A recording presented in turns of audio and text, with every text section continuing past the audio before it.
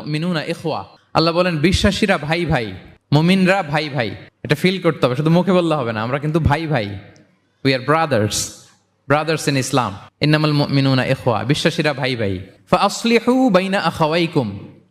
আর এই ভ্রাতৃত্বের মধ্যে যদি কখনো টানাপোড়েন হয়, বোঝাপড়ায় সমস্যা হয়, বিরোধ হয়, তাহলে মিলমিশ করে দিও তোমরা, সেটা আপোষে মীমাংসা করে দিও। আদেশটা কার? আওয়াজ করে বলুন না, আদেশটা কার?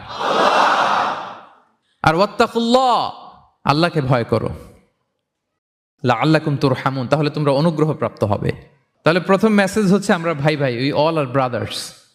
পৃথিবীতে ভ্রাতৃত্ব, ব্রাদারহুড, এটা অনেক ধরনের।